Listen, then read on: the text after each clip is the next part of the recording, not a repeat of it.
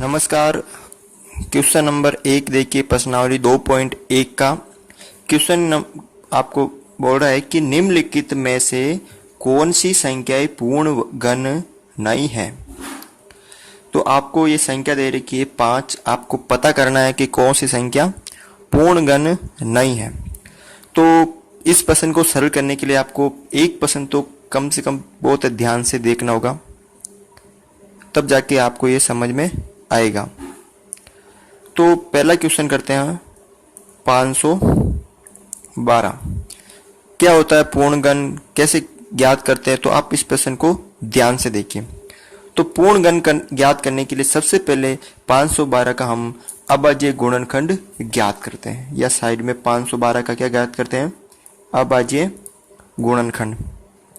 सबसे पहले देखिए, इसमें 2 का भाग दिया, 5 में 2 बार गया, फिर 5 में से 4 गया, 1 और 1 हो गए 11, तो 5 बार गया, फिर 1 बचे और ये हो गए 6, यानी 256 बार गया। फिर मैंने इसके अंदर 2 का भाग दिया, 2 के अंदर 1 बार, 5 के अंदर 2 बार, 2 दूनी 4, 5 में 4 गए, 1 और 1 ये हो गए 16, तो 8 दूनी 16। फिर इसके अंदर मैंने वापस 2 का भाग दिया, 6 दूनी 12, 4 दूनी 8। फिर मैंने इसके अंदर वापस 2 का भाग दिया, 2 तिया 6, 2 चौक 2 दूनी 4। फिर मैंने इसके अंदर 2 का भाग दिया, 2 एकम 2 और ये 6 दूनी 12। फिर मैंने इसके अंदर 2 का भाग दिया, ये 8 बार। फिर मैंने इसके अंदर 2 का भाग दिया, ये 4 बार। फिर मैंने इसके अंदर 2 का भाग दिया 2 बार। फिर मैंने इसके अंदर 2 का भाग दिया 1 बार। अब देखिए, आपको करना क्या है, अभाज्य गुणनखंड करने के बाद आपको लिखना है 512 बराबर, देखिए कितने हैं, 2, 1 2 3 4 5 6 7 8 9। तो यहाँ लिख दिए 1 2 3 4 5 6 7 8 9, या 9 है 2। तो घन में पता होता है, घनमूल में क्या होता है कि आपको 3 संख्याओं के जोड़े बनाने होते हैं। एक जोड़ा ये बन गया 3 संख्या का, समान संख्या का बनना होता है, एक ये और एक ये। तो हमें ये ज्ञात करना है कि 3 जोड़े समान बन रहे हैं। 2 का एक जोड़ा बन रहा है, फिर ये 2 का एक जोड़ा बन रहा है, फिर ये 2 का एक जोड़ा बन रहा है, यानी 2 की घात 3 इंटू 2 की घात 3 इंटू 2 की घात 3, यानी 2 की घात 3 बन रही है, 2 की घात 3 बन रही, 2 की घात 3 बन रही है। कोई पीछे नहीं रह रहा है, कोई संख्या पीछे नहीं रह रही है। तो इसका हम कह सकते हैं कि ये संख्या पूर्ण गण है। अगर कोई संख्या पीछे नहीं रहे तो हम कह सकते हैं कि ये संख्या पूर्ण गण है। तो हम कैसे लिख सकते हैं एक लाइन, तो संख्या 512 के अभाज्य गुणनखंड करने पर 3 समान संख्याओं का समूह बन जाते हैं, अतः ये संख्या पूर्ण गण है। बस आपको ये लाइन जो मैंने लिखा ये पूरे प्रश्न में लिखनी है। इन पूरे प्रत्येक प्रश्न को जब हम सरल करेंगे तो ये लाइन लिखेंगे। मैं एक बार लिखा दी, बाकी आपको यह संख्या चेंज करनी है। या जैसे यहाँ 512 है, मान लीजिए इसमें पूर्ण गण नहीं है, तो हम यहाँ लिखेंगे 512 के अभाज्य गुणनखंड करने पर, जैसे यहाँ 243 है तो लिखेंगे 243 के अभाज्य गुणनखंड करने पर 3 समान संख्याओं का समूह नहीं बन जा पाते हैं, अतः ये संख्या पूर्ण गण नहीं है। देखिए सरल करते हैं तो हम कह सकते हैं कि 512 एक पूर्ण गण संख्या है। अब सरल करते हैं, दूसरा प्रश्न है, इस मतलब पहले का दूसरा है 243। इसके अंदर हम भाग देते हैं, यानी सबसे पहले हम इसके अभाज्य गुणनखंड करते हैं।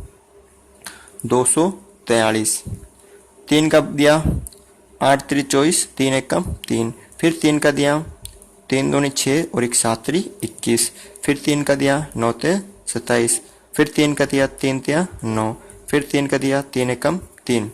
तो यहाँ देखिए 243 कितने 3 आ रहे, 1 2 3 4 5, यानी 3 इंटू 3 इंटू 3 इंटू 3 इंटू 3। यहाँ देखिए इस 3 के तो 3 जो समूह बन रहे हैं, लेकिन इसमें 2 ही बन रहे हैं, एक और जरूरत है। यानी 3 की घात 3 तो बन रही है और इसमें ये 3 की घात 2 बन रही है। जब हम 243 के अभाज्य गुणनखंड करते हैं तो 3 तो समूह इसके बन रहे लेकिन इसके नहीं बन रहे, अतः ये पूर्ण घन नहीं है। आपको क्या लिखना है प्रश्न के अंदर, संख्या 243 के अभाज्य गुणनखंड करने पर 3 समान संख्याओं के समूह नहीं बनते हैं, अतः ये पूर्ण घन नहीं है। ये जो संख्या है 243 पूर्ण घन नहीं है। आगे देखिए प्रश्न 1000। 1000 को हम सरल करते हैं। तीसरा क्वेश्चन है 1000, तो इसके हम करते हैं अभाज्य गुणनखंड। 2 का भाग दिया हमने 500 बार, फिर 2 का दिया 250 बार, फिर 2 का दिया 125 बार। अब 2 का नहीं जाता है, इसमें जाएगा 5 का। 5 का भाग 125 में 25 बार, फिर 5 का दिया 5 बार, फिर 5 का दिया 1 बार। तो हम 1000 को लिख सकते हैं 2 into 2 into 2 into 5 into 5 into 5, यानी 2 की घात 3 इंटू 5 की घात 3। यहाँ देखिए 2 के भी 3 समूह बन रहे हैं और 5 के भी 3 समूह बन रहे हैं, यानी 2 की घात 3 और 5 की घात 3। अतः हम कह सकते हैं कि ये संख्या पूर्ण घन है। जो 1000 है ये पूर्ण घन है। तो आपको वही वापस ये लाइन लिखनी है कि संख्या 1000 के अभाज्य गुणनखंड करने पर 3 समान संख्याओं का समूह बन जाते हैं, अतः ये संख्या पूर्ण घन है। आगे देखिए संख्या 100, चौथे नंबर जो संख्या है वो 100, इसके भी हम करके देखते हैं 100। तो 100 के हम अभाज्य गुणनखंड करते हैं। 2 का भाग दिया 50 बार, फिर 2 का दिया 25 बार, फिर 2 का नहीं जाता है, फिर इसमें जाता है 5 का 5 बार, फिर 5 का दिया 1 बार। तो हम 100 को क्या लिख सकते हैं, 2 इंटू 2 इंटू 5 इंटू 5, यानी 2 की घात 2 इंटू 5 की घात 2। तो अब देखिए आप यहां पर 2 के 2 बन रहे हैं और 5 के भी 2 बन रहे हैं, 3 बनने चाहिए। 2 की घात 3 और 5 की घात 3, तब तो ये पूर्ण घन होती, लेकिन यहाँ 2 बन रहे हैं, यहाँ भी 2 बन रहे, तो ये पूर्ण घन नहीं है, ये पूर्ण घन नहीं है। लास्ट देखिए 5वां क्वेश्चन 2700 इसका पता करना है कि ये पूर्ण घन है या नहीं है। तो पूर्ण घन ज्ञात करने के लिए सबसे पहले इसके हम अभाज्य गुणनखंड करते हैं। 2 का भाग दिया 2700 में, यानी 2 एकम 2, 2 तिया 6, 7 में से 6 गए तो 1 और ये 10 हो गए, 5 दूनी 10 और 1 0। फिर 2 का भाग दिया 6 दूनी 12, फिर 13 में से 12 गए, 1 और 5 15, 7 दूनी 14, 15 में से 14 गए, 1 और ये 0, 5 दूनी 10, 625। 3 का भाग दिया 3 दूनी 6, 3 दूनी 6 और 1 ये भी 5 3 15। फिर इसके अंदर वापस 3 का दिया 7 3 21 और 1 ये हो गए 15, तो 5 3 15। फिर इसके अंदर वापस 3 का दिया 3 दूनी 6, 6 1 और 5 3 15। फिर 5 का दिया 5 एकम 5, फिर 5 का दिया ये 5 एकम 5। ये देखिए चले गए। अब इसके करते हैं हम 2700 के, क्या लिख सकते हैं इसको हम 2 into 2 into 3 into 3 into 3 into 5 into 5। देखिए 2 की घात 2 इंटू 3 की घात 3 इंटू 5 की घात 2।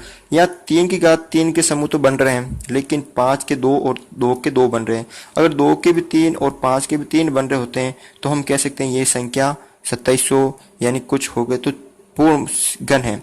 लेकिन यह समूह नहीं बनने के कारण हम कह सकते हैं कि संख्या पूर्ण घन नहीं है। अगर होते तो पूर्ण घन होती, अगर नहीं है तो नहीं है, तो अतः 2700 पूर्ण घन नहीं है।